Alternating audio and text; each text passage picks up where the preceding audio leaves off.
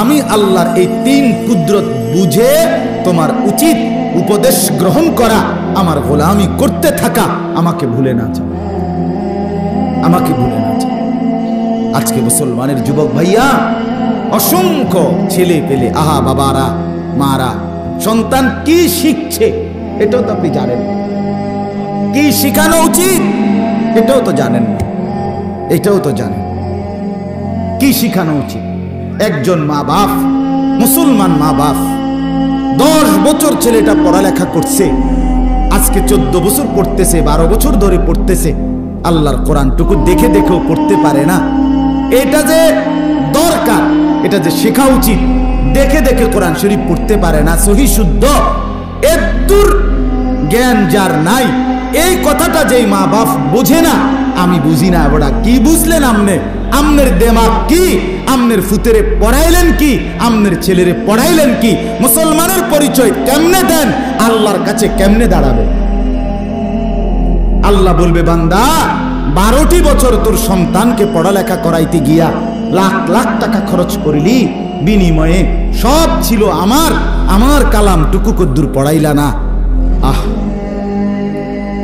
হায় হায় হায় হায়, পড়াইতে পড়াইতে, বুদ্ধি খাটাইতে খাটাইতে, বুদ্ধিজীবীদের মাথা তো আগের থেকে তো চুল নাই, এখন মাথার সান্দি আছে কিনা, চুলের নিচে জিডা এটা আছে কিনা এটাও এখন সন্দেহ। কারণ এই পরিমাণ বুদ্ধি চলতে আছে পড়ালেখা লইয়া। আল্লাহু আকবার। ছেলে মেয়েদেরকে মহাজ্ঞানী, একই সাথে বাচ্চা পড়বে, জ্ঞান শিখবে, বার্গার বানাবে, স্যান্ডউইচ বানাবে, মশারি টাঙ্গাবে, তারপরে দিয়া খাট সিলাইবে, তোষক বিছাবে, তারপরে দিয়া নিজের সেটা নিজে শিখে ফেলবে। কত কিসিমের বুদ্ধি নতুন পড়ালেখা লইয়া চলতেছে। এই বুদ্ধি এই বুদ্ধি, একবার ডাইন, একবার বাম, একবার পূব, একবার পশ্চিম। হায় হায় হায়, আখলাক কোথায়, চরিত্র কোথায়, আখিরাত কোথায়, পরকাল কোথায়, বিশ্বাস কোথায়, আল্লাহর কোরআন কোথায়, রসুলের সুন্নাত কোথায়, মৃত্যু পরবর্তী জিন্দেগির আলোচনা কোথায়, কবর কোথায়, হাসরের মাঠ কোথায়, কিচ্ছুর কোনো দরকার নাই। শুধু দুনিয়া, শুধু দুনিয়া, শুধু দুনিয়া, শুধু দুনিয়া, শুধু দুনিয়া। আমার ভাই, আমার বন্ধু, আমার মা, আমার বাপ, আগামী দিনে এটা সুফল বয়ে আনবে না, সুফল বয়ে আনবে, আগামী দিনে সুফল বয়ে। সন্তানকে আখিরাত থেকে বঞ্চিত করলে সন্তান নৈতিকতা থেকেই বঞ্চিত, সন্তানকে কোরআন থেকে বঞ্চিত করলে সন্তান উত্তম আখলাক থেকে বঞ্চিত। সব শিখাইছেন কিন্তু কোরআন শিখান নাই, সব শিখাইছেন রসুলের সুন্নাহ শিখান নাই।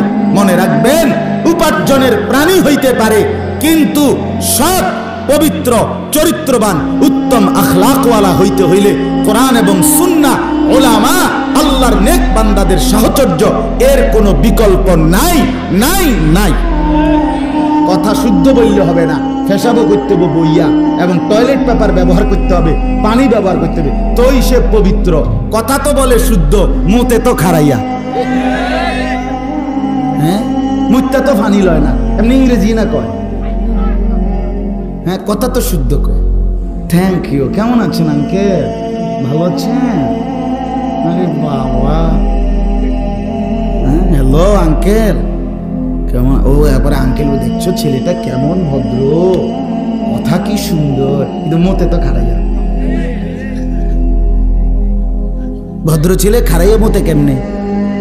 হ্যাঁ, ভদ্র ছেলে মুত্যা ফানি না লয় কেমনে? বলেন না কেন? এটা কি ধরনের ভদ্রতা? কথা তো বলে শুদ্ধ।